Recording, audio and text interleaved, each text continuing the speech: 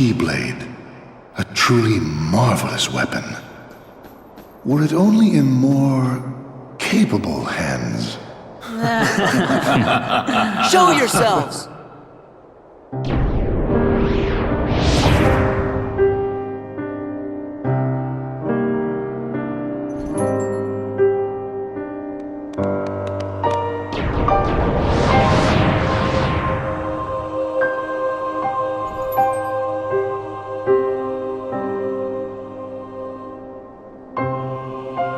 Organization 13! Good, now we can settle this. What a shame. And here I thought we could be friends. Stop!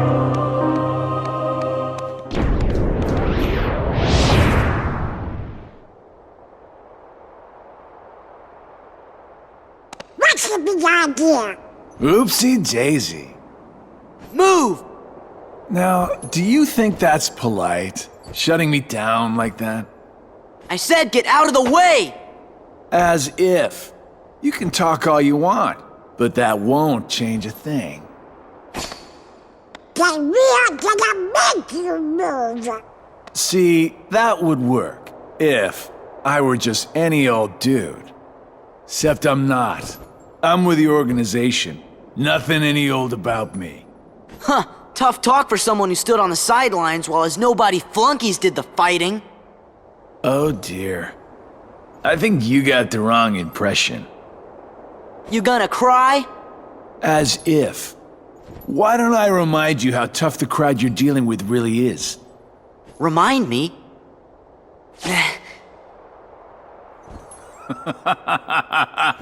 That's right! He used to give me that same exact look. I guess you think you can psych me out by saying really random stuff. Gee, I just don't know.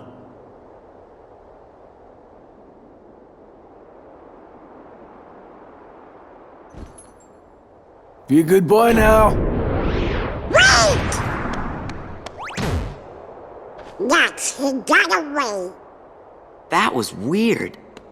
Who gave him the same look? You know, I think he was just trying to confuse you. Yeah, you're right. Only one me.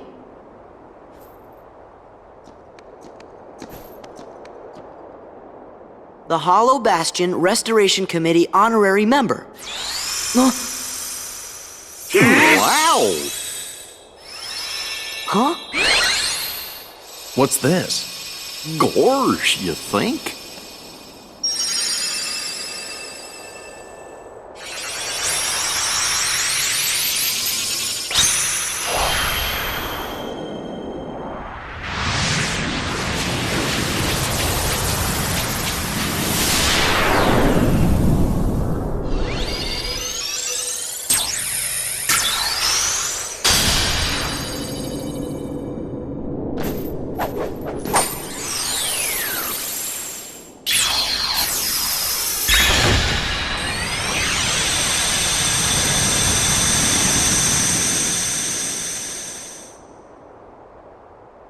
Oh, now I get it.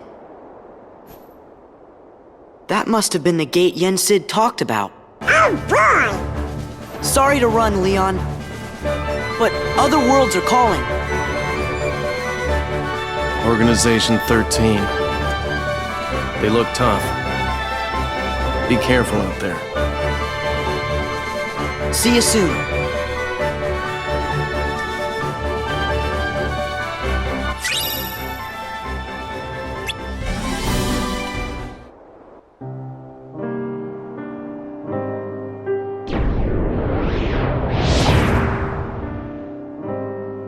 Do my eyes deceive me? Does he really have the power to wield the Keyblade? He is nothing but a boy. Give him a chance. It means he's straight as an arrow. He's pure of heart, unlike all of us here. He had better be, or else he's worthless. I truly hope he's enjoying himself on his adventure. Maybe he'd like a hand to determine his fate. Hey, As long as it works in our favor, we can let him do what he wants for now. Then we'll all jump in if needed. Those are bold words coming from you. Are you saying you'll volunteer to take care of it if things go wrong? Huh? What? Me? No, you have the wrong guy. I'm not comfortable with that. You act as though you have a conscience. When was the last time any one of us felt anything? Truer words were never spoken. Well, I suppose the fun will have to wait. Do you know what happens to those who lose their true purpose? Inevitably, they destroy themselves. Gentlemen,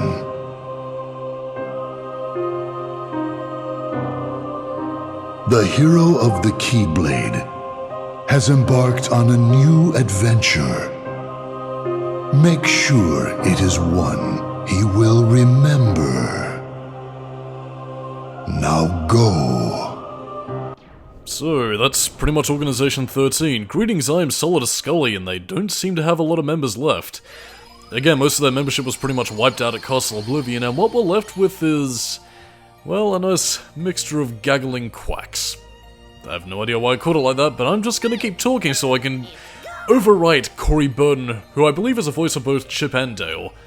I must have had to do some serious voice-up pitching for that one. But yeah, now Twilight Town is inaccessible, likely due to the fact that the organization is in control.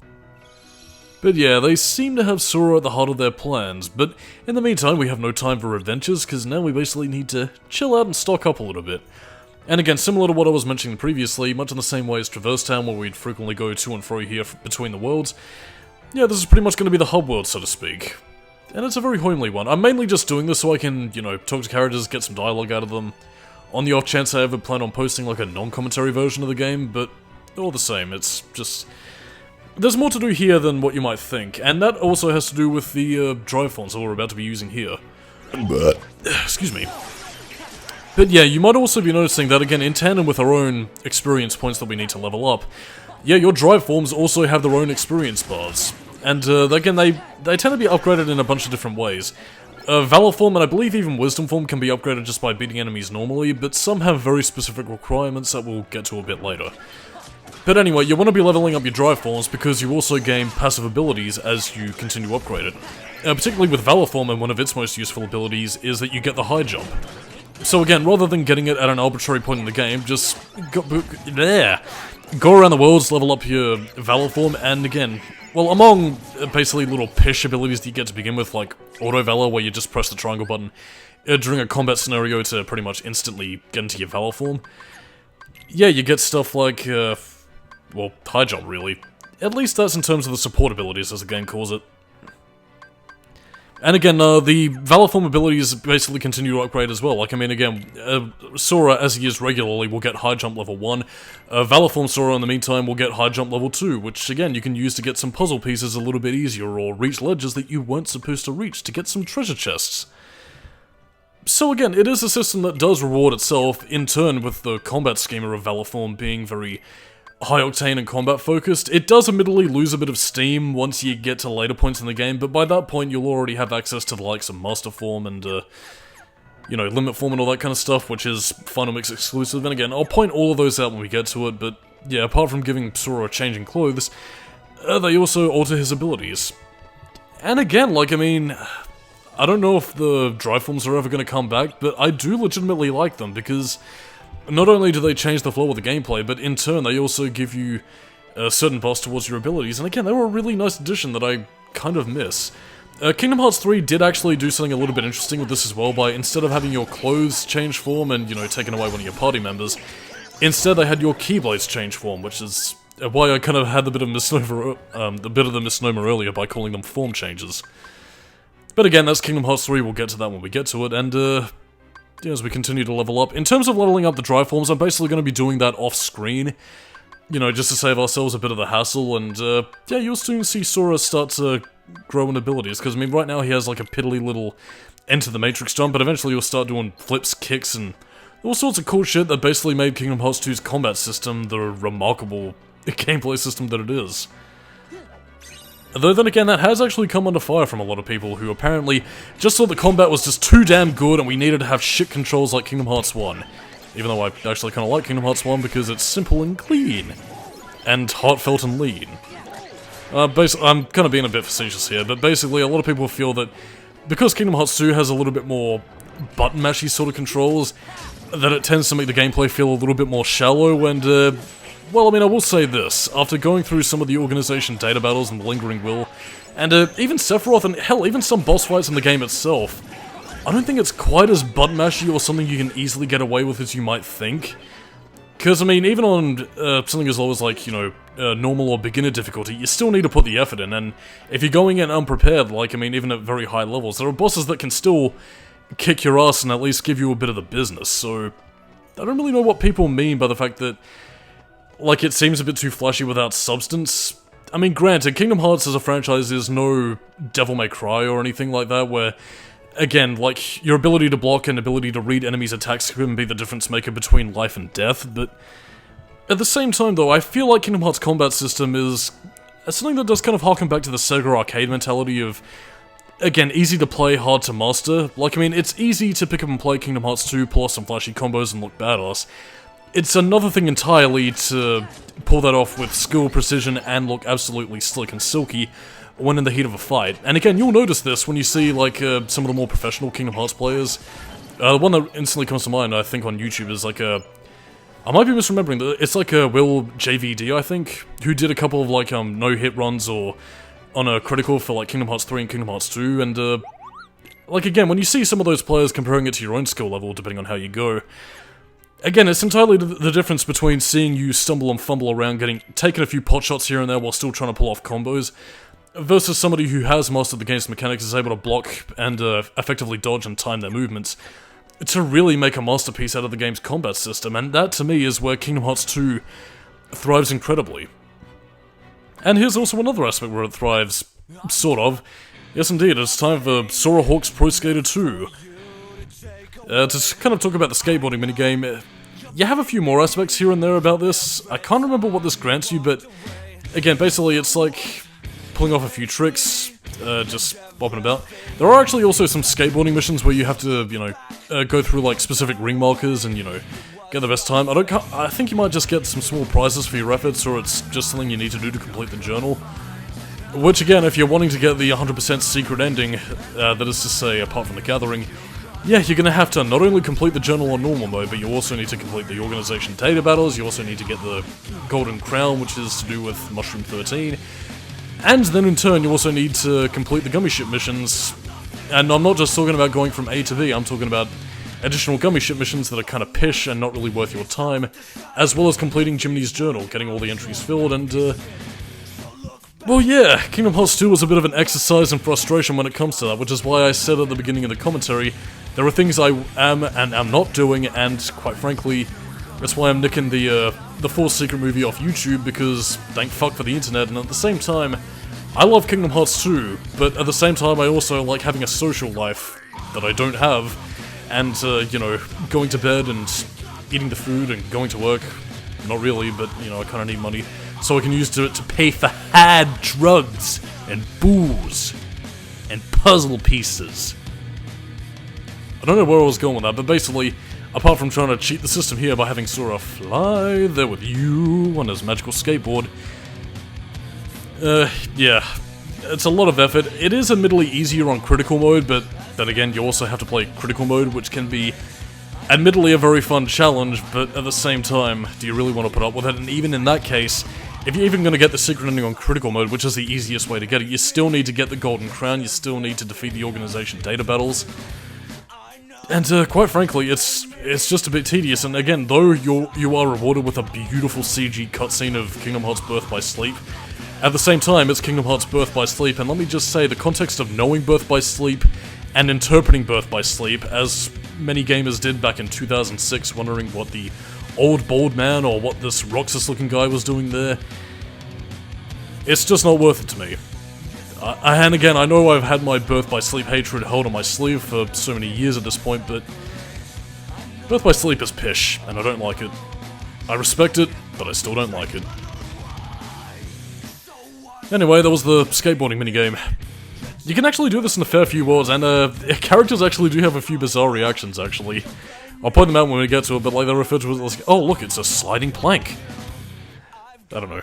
It's kind of fun to see Disney characters react to, like, technology and absurd elements not from their world. Kingdom Hearts 3 actually does it pretty well with the, because again, since the game came out in 2019, well into fucking smartphone land, I don't know, seeing characters like Jack Sparrow or Rapunzel just react to Sora just whipping out a fucking smartphone is kind of amusing, especially in how they interpret it. Like, I think Jack Sparrow specifically points it as a, what's that, a French spyglass?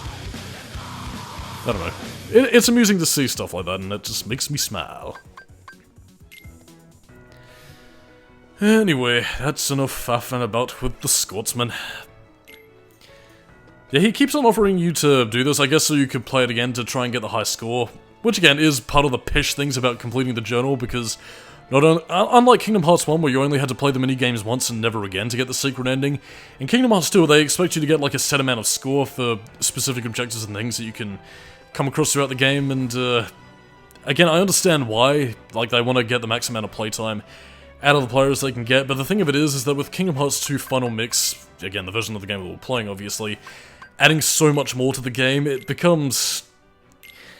Well, again, it's there if you want to do it, you don't have to, which, again, is how I usually go, but again, with me wanting to make this a complete run of Kingdom Hearts 2, at least as much as I feel satisfied in completing, it's... I don't know. But in any case, let's move on. Puzzles. And once we solve these puzzles, we get items, as I mentioned before.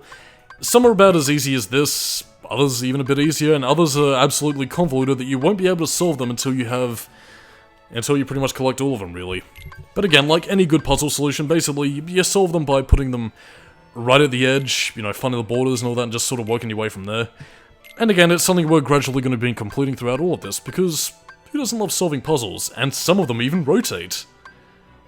So, yes indeedy, Mr. Tweedy, yes, we're going to be solving these. Because puzzles are fun!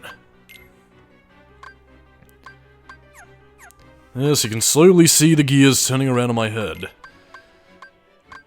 Oh, well, with that we really don't have much to go on, really, so... Now let's finally move on to the other facet of gameplay. The gummy ship missions, handled a lot differently than they were in Kingdom Hearts 1, because in that game... Again, while I'm not as negative on them as a lot of other people are, again, in Kingdom Hearts 1 they were basically an effective way of traversing from world to world and making it feel like a cohesive journey. Again, I use the comparison of the loading screens in Ratchet & Clank 1, and it delivers a very similar effect. Kingdom Hearts 2 listened to the complaints, and alongside also having, admittedly, a really cool get ready for takeoff sequence that I can't help but love. Well, just watch. Yes, indeed. Preparing for takeoff. This is 909er, opening all the doors and getting ready to go. We have no idea where the fuck this actually is in space, and seriously, where is this fucking, like, hangar bay thing? Is that meant to be what the doors are representative of? I guess maybe they're meant to be, like, how you travel to different worlds through, like, fucking hyperspeed or whatever. I don't know, it's interesting, but, again, I've got things to talk about. And I guess I do apologize for those of you expecting to see a fleshed out gummy ship thing. I'm not going to be creating my own gummy ship models, I'm not even really going to be using any of the other models, I'm sticking with the base ship. And holy shit, energetic music! Action-packed enemies that'll attack you, and basically, Babby's first shoot-em-up. I will admit, I do really like what Kingdom Hearts 2 does with the gummy ship missions. Not only are they packing in a lot more excitement, but at the same time, well again, you're given some really beautiful vistas to look at comparatively to Kingdom Hearts 1. It doesn't have quite the same gradual build-up as that game had, but it makes up for it with a lot of energy and a lot of intriguing, like, facets of the worlds you're about to visit. And honestly, man, it's breathtaking. And not to mention incredibly fun. Granted, you are more liable to die in the gummy ship segments if you're not really careful. Enemies do have different attack patterns, and some are more like, you know, Bombardier explosive heartless, others are gigantic tankers firing a fuck ton of lasers, and everybody else is just buggering about being a bit pish. Only really existing to give you points, and this does also tie into some of the gummy ship missions. I'm not going to be completing them, but I do show one or two off, I think after the next world that we're currently going to. So yeah, that pretty much gives you an idea, but basically you're either collecting a lot of these points here, as well as collecting, you know, gummy ship materials and pieces as we go on here, or you're collecting enemies defeated, sort of thing. Like, basically destroy X amount of enemies before you get to the end. And they do subtly change the level design, so again, what you're seeing here isn't just the basis of collect all the medals or destroy X amount of enemies. It's, again, it does change it itself up.